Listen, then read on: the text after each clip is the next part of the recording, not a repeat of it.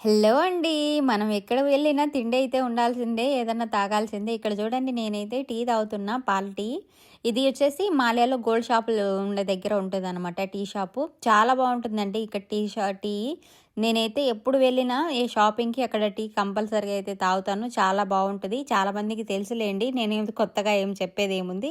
ఇక్కడ చూసేయండి time late అయిపోయింది. షాపులన్నీ అయితే క్లోజ్ చేసేస్తున్నారు. ఇక్కడ చూసేయండి ఎన్ని రకాల స్వీట్స్ ఉన్నాయో. ప్రతి ఒక్క స్వీట్ ఉన్నదనమాట ఇక్కడ. మిక్చరు, స్వీటు, జిలేబీ, రసగుల్లా, ఇంకా వచ్చేసి బాదుషా, చికెన్ పకోడీ, ఆనియన్ పకోడీ, ప్రతి ఒక్కటి బజ్జీ, సమోసా, కాకినాడ కాజా, బూరెలు, మిక్చర్లు, పకోడీలు, చెకోడీలు, ఇంకా వచ్చేసి గులాబ్ జాములు ప్రతి ఒక్కటైతే ఉన్నాయండి ఇక్కడ.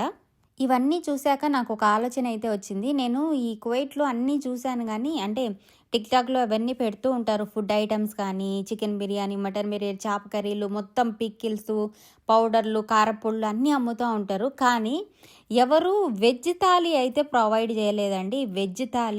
వెజ్ థాలీ ఎలా ఉండాలో తెలుసా?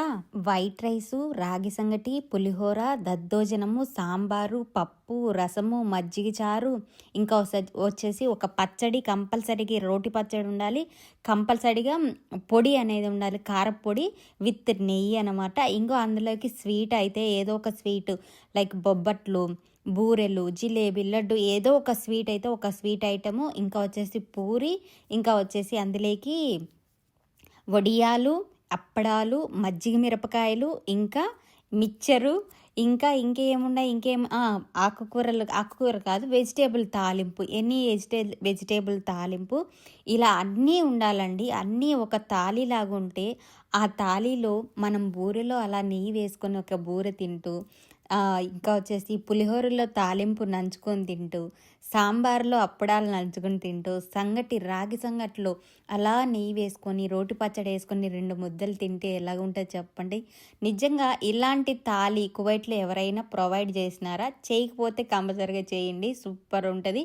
కానీ కష్టంతో కూడుకున్న పని. ఎందుకంటే ఇన్ని వెరైటీస్ చేయాలంటే చాలా టైం పడుతుంది. చాలా కష్టం కూడా.